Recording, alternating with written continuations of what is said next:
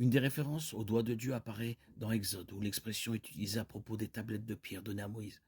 Ces tablettes contenaient la loi de l'Alliance, inscrite du doigt de Dieu, Exode 31, 18.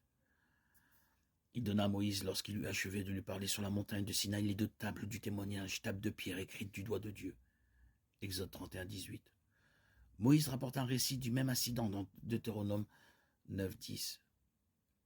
Et l'Éternel m'a donné les 2 tables de pierre écrites du doigt de Dieu, et sur lesquelles étaient toutes les paroles que l'Éternel vous avait dites sur la montagne du milieu du feu, le jour de l'assemblée.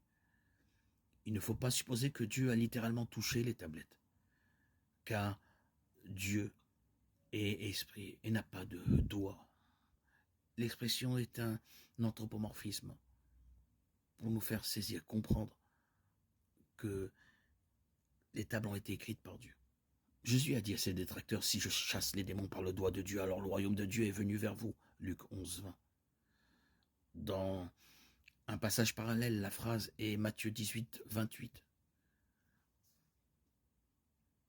Mais si c'est par l'Esprit de Dieu que je chasse les démons, le royaume de Dieu est donc venu vers vous. Mais si c'est par le doigt de Dieu que je chasse les démons, le royaume de Dieu est donc venu vers vous. Dans les 2 récits, Luc 11, 20, Matthieu 12, 28, le sens est que Jésus a accompli des miracles par la puissance manifestée de Dieu. La même puissance qui a fait pulluler les moucherons et fait apparaître l'écriture sur les tables de pierre.